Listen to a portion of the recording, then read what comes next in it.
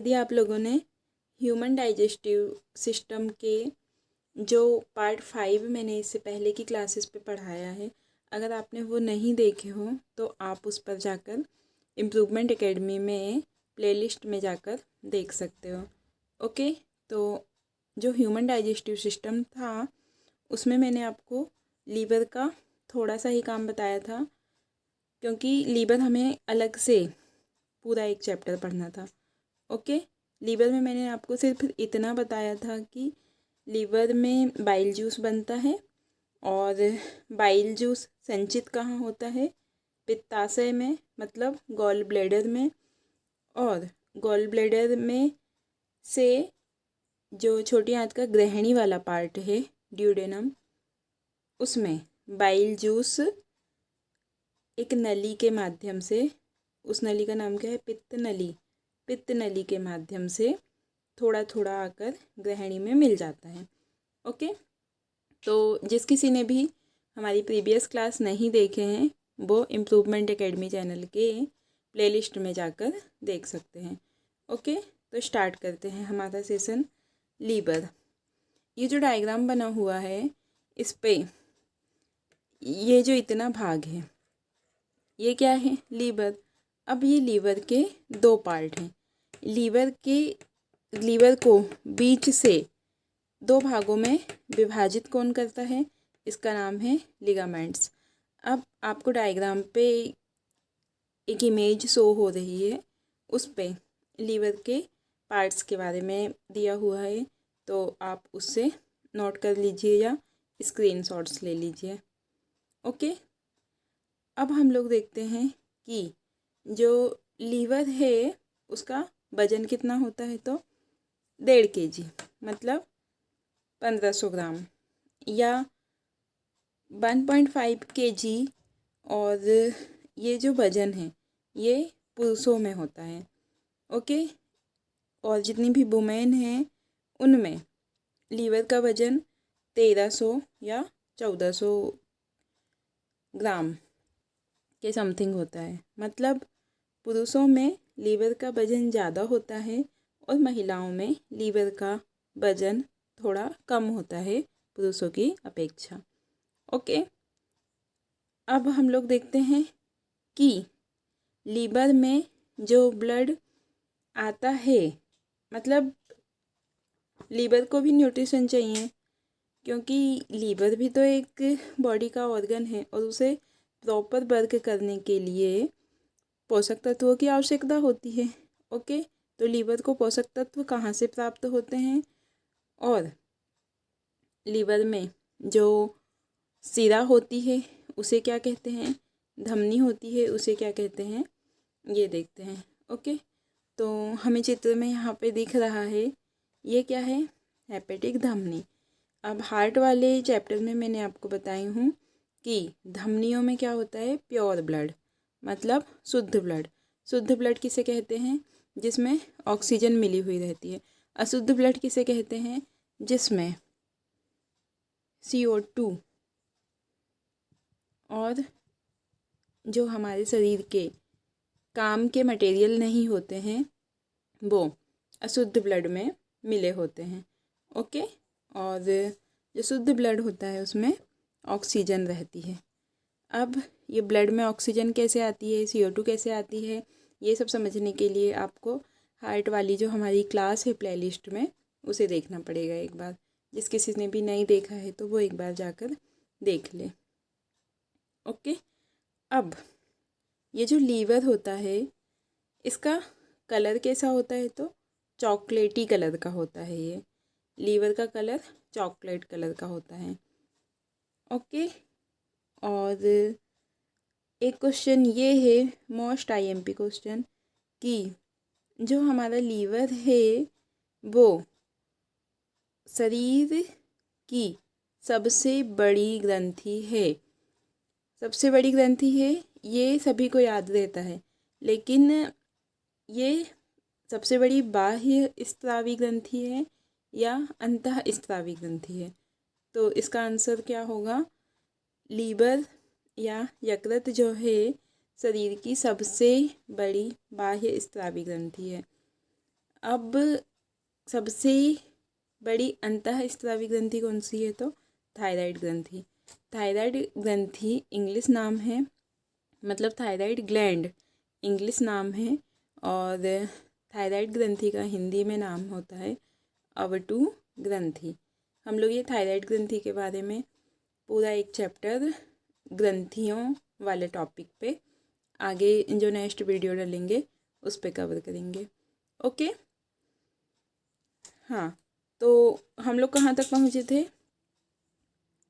ये लीवर जो है, लीवर एक बॉडी का ऑर्गन है, तो इसे प्योर ब्लड की आवश्यकता होती है। तो प्योर ब्लड हार्ट के द्वारा, हार्ट में जो छोटी छोटी धमनियाँ होती हैं, महाधमनी से छोटी छोटी धमनियों की शाखाएं निकलती हैं, तो वो शाखा के द्वारा सारे अंगों में ब्लड पहुंचाया जाता है, ऑक्सीजन वाला शुद्ध ब्लड पहुंचाया जाता है। तो हार्ट से ये ब्लड आया लीवर में, और लीवर में जो भी वेस्ट मटेरियल है जो हमारी बॉडी के काम का नहीं है या उसमें CO2 मिक्स है, तो वो हार्ट के पास जाएगा शुद्ध होने के लिए। ओके, एक चीज़ इस पे कि ये जो बल्ब लगे हुए हैं, ये 3 बल्ब जिसके द्वारा ब्लड लीवर से ये हेपेटिक सिरा में जाता है, और यहाँ पे हेपेटिक धमनी से ब्लड लीवर में आता है। इन बल्ब के नाम क्या हैं? तो इन बल्ब के नाम है गिब्सन कैप्सूल्स।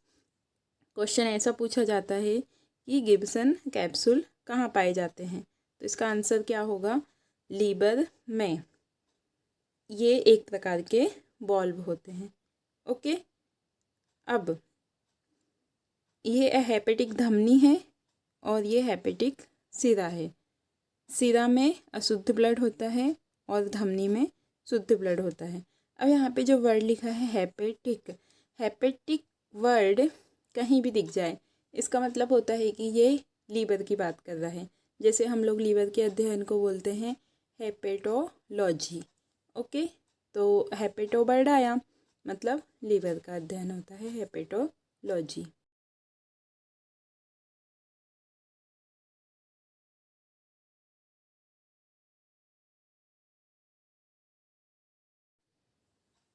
कार्बोहाइड्रेट पूरी तरह से डाइजेस्ट होने के बाद ग्लाइकोजन में चेंज हो जाता है, और जो बसा है पूरी तरीके से डाइजेस्ट होने के बाद फैटी एसिड या बसीय अम्ल में चेंज हो जाता है, और फिर वो बसीय ऊतक में जाके जम जाता है। और ज़्यादा अगर फैटी एसिड हो गया हमारे शरीर में तो फिर उससे कोलेस्ट्रॉल बढ़ने का खतरा हो जाता है। ओके, तो वो सब हम बीमारी वाले चैप्टर पे पढ़ेंगे। और एक क्या बचा हमारा? प्रोटीन। प्रोटीन का पूर्णतः पाचन किस फॉर्म में होता है? एमिनो अम्ल के फॉर्म में होता है। ओके, ये सब हम लोग ने डाइजेस्टिव सिस्टम वाली क्लास पे पढ़ लिए हैं। अब छोटी आंत में जब पूरी तरह के मतलब पूरी तरीके से खाना डाइजेस्ट हो गया है, और वो डाइजेस्ट खाना हमने क्या देखे थे कि वो जो डाइजेस्ट खाना है छोटी आंत में इलियम वाले भाग में जो बिली जैसी संरचना होती है, उसमें जो छोटी छोटी ब्लड वेसल्स लगी होती हैं, उसके द्वारा ब्लड वेसल्स के द्वारा शरीर के अलग अलग अलग अंगों में पहुंचाया जाता है। तो अब उसमें से हम लोग सिर्फ एक ब्लड वेसल्स की बात कर रहे हैं, एक ब्लड नली। तो बिली वाले भाग में मतलब इलियम वाले भाग से ये ब्लड नली आई, और ये जो ग्लाइकोजन है, हमने एक चीज़ देखी अभी कि छोटी आंत में 3 प्रमुख चीज़ों का डाइजेशन हुआ, कार्बोहाइड्रेट का, वसा का और प्रोटीन का। लेकिन खाना जो होता है ग्लाइकोजन के रूप में संचित होता है यकृत में। ऐसा क्यों? क्योंकि तीनों में ग्लाइकोजन का अमाउंट ज़्यादा होता है, इसलिए पूरे फूड का नाम क्या रख दिया जाता है? पूरे डाइजेस्टिव फूड का नाम ग्लाइकोजन रख दिया जाता। अब ये ग्लाइकोजन संचित होने के लिए कहाँ जाएगा? लीवर के पास जाएगा। तो ये जिस सिरा के माध्यम से जाता है, इस सिरा का नाम है पोर्टल सिरा। ओके, ये क्वेश्चन पूछा जाता है एग्जाम पे कि छोटी आंत से किस माध्यम के द्वारा लीवर तक खाना पहुंचाया जाता है। तो पोर्टल सिरा के माध्यम से जो भी न्यूट्रिएंट्स है या ग्लाइकोजन है वो लीवर तक पहुंचाया जाता है। तो ये है ओके, ये यहाँ से ऐसी आई और यहाँ से ऐसी लीवर के पास चली गई। अब स्टमक से भी एक नली लीवर तक जुड़ी हुई होती है, तो स्टमक के द्वारा भी पोषक तत्वों को लीवर तक पहुंचाया जाता है। और ये क्या है, 3 गिब्सन कैप्सूल जो एक प्रकार के बॉल्ब के रूप में काम करते हैं। ओके, तो ये है हमारा हेपेटिक निर्वहन सिरा तंत्र। इससे रिलेटेड अगर कोई भी क्वेश्चंस आपके दिमाग में हो तो आप कमेंट बॉक्स पे कमेंट करके पूछ सकते हैं।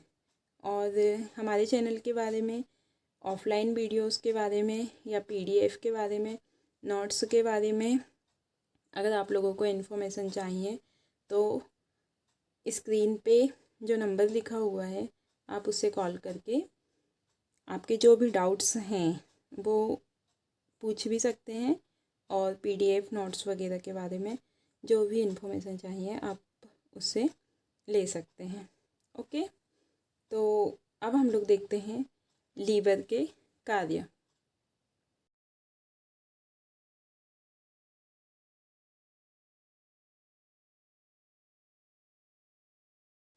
लीवर जो है 2 पार्ट्स में ऐसे डिवाइड रहता है। ये बीच का जो पार्ट है इसे 2 भागों में डिवाइड करता है। ओके, एक क्वेश्चन और एग्जाम में पूछा जाता है कि बॉडी का कौन सा ऐसा ऑर्गन है जिसमें रीजनरेशन की क्षमता सबसे ज़्यादा होती है। मतलब अगर एक बार डैमेज हो गया तो दोबारा भी जनरेट हो सकता है। जैसे किसी का आधा लीवर ख़राब हो गया है तो कुछ दिनों बाद वो ऑटोमेटिक रिकवर हो जाता है। ओके, मतलब रीजनरेट हो जाता है, पुनः नया लीवर बन जाता है जैसे का वैसा। लेकिन ये रही लीवर की बात, रीजनरेशन की सुविधा सबसे ज़्यादा किस में होती है, लीवर में। लेकिन इसके जस्ट अपोजिट जो ब्रेन सेल्स होती हैं, ब्रेन अगर एक बार डैमेज हो जाए तो रीजनरेशन नहीं होता ब्रेन में। ओके, तो लीवर में रीजनरेशन होता है और ब्रेन में रीजनरेशन नहीं होता। एक बार डैमेज हो गया तो हो गया ब्रेन। ओके, अब ये लीवर का स्ट्रक्चर और इस पे जो ये बलून जैसी संरचना है इसका नाम है गॉल ब्लैडर। इंग्लिश में इसका नाम है गॉल ब्लैडर और हिंदी में इसका नाम क्या है, पित्ताशय। ओके, तो यकृत क्या करता है, बाइल जूस बनाता है। वाइल जूस या पित्तरस, यकृत पित्तरस बनाता है और एब्जॉर्ब कहाँ होता है वो ज़्यादा समय के लिए, पित्ताशय में। अब जब जब ज़रूरत पड़ती है तो यहाँ से पित्त नली के द्वारा, ये है पित्त नली के द्वारा ये बाइल जूस का सीक्रेशन कहाँ पे हो जाता है, यहाँ पे ग्रहणी वाले पार्ट में। ये क्या है, ग्रहणी। अमाशय से जुड़ी हुई क्या है, ग्रहणी। अब ऐसे ही ये अग्नाशय है और अग्नाशय में जो भी अग्नाशय रस बनता है वो इस नली के द्वारा ग्रहणी में आके मिल जाता है। ओके, अब एग्जाम में पित्त का पीएच मान पूछा जाता है। तो जो बाइल जूस है या पित्त रस, इसका पीएच मान कितना होता है, 7.8। ओके, पित्त रस का जो पीएच मान होता है 7.8 होता है। और पीएच का फुल फॉर्म क्या होता है, पोटेंशियल ऑफ हाइड्रोजन आयन। कुछ कुछ बुक में परसेंटेज ऑफ हाइड्रोजन आयन होता है। ओके, अब ये 7 से ऊपर है मतलब इसकी प्रवृत्ति कैसी है, क्षारीय। और अमाशय से जो भोजन आ रहा है तो ये एसिड रूप में होता है, तो इसकी एसिडिटी को कम करने के लिए यहाँ से बाइल जूस मिलाया जाता है और ये क्षारीय प्रवृत्ति का होता है। अब जिसके शरीर में अगर ये गॉल ब्लैडर अच्छे से काम नहीं करता है या गॉल ब्लैडर की पथरी हो जाती है, तो और अगर बाइल जूस ज़्यादा हो गया तो क्या होगा? तो उस व्यक्ति में एक बीमारी होती है जिसका नाम होता है पीलिया। ये जो पित्त रस होता है इसका कलर कैसा होता है? पीला। और ये किसके कारण होता है? बिलीरुबिन के कारण। बिलीरुबिन के कारण अगर गॉल ब्लैडर अच्छे से काम नहीं कर रहा है प्रॉपरली, तो शरीर में ये बिलीरुबिन का अमाउंट ज़्यादा हो जाता है और इसके कारण क्या होता है, ये पूरे शरीर में ब्लड में फैल जाता है, जिससे ब्लड का जब ब्लड अलग अलग सेल्स पे जाता है तो वहाँ के ऑर्गन्स में ये बिलीरुबिन की मात्रा ज़्यादा हो जाती है और ये इसका कलर पीला होता है। इसलिए जो शरीर की त्वचा होती है उसकी लेयर भी येलो कलर की हो जाती है। तो जिसको भी पीलिया होता है, पीलिया मतलब जॉन्डिस, तो उनका शरीर भी पीले रंग का हो जाता है। ओके, अब जो गॉल ब्लैडर में पथरी होती है, जब पथरी हो जाती है तो डॉक्टर क्या करते हैं, ऑपरेशन करके पित्ताशय को ही काट देते हैं, क्योंकि इसमें पथरी मतलब बारीक बारीक कंकड़ जैसे ऊतकों का समूह जम जाता है। ओके, तो डॉक्टर क्या करते हैं ऑपरेशन में, ये गॉल ब्लैडर को ही काट कर अलग कर देते हैं और डायरेक्ट क्या करते हैं, लीवर को ग्रहणी से जॉइंट कर देते हैं। और लीवर को ग्रहणी से जॉइंट करते हैं तो इस प्रोसेस का नाम क्या होता है, कोलोसिस्टेक्टोमी। ओके, लिख लीजिए आप लोग। ये जो प्रोसेस होती है जिसमें पित्ताशय मतलब गॉल ब्लैडर को काट दिया जाता है और लीवर को डायरेक्ट ग्रहणी से जोड़ दिया जाता है, इस प्रोसेस का नाम क्या है, कोलोसिस्टेक्टोमी। सिस्टेक्टोमी। ओके, तो ये हमने देखे लीवर से रिलेटेड कुछ इम्पोर्टेंट फैक्ट।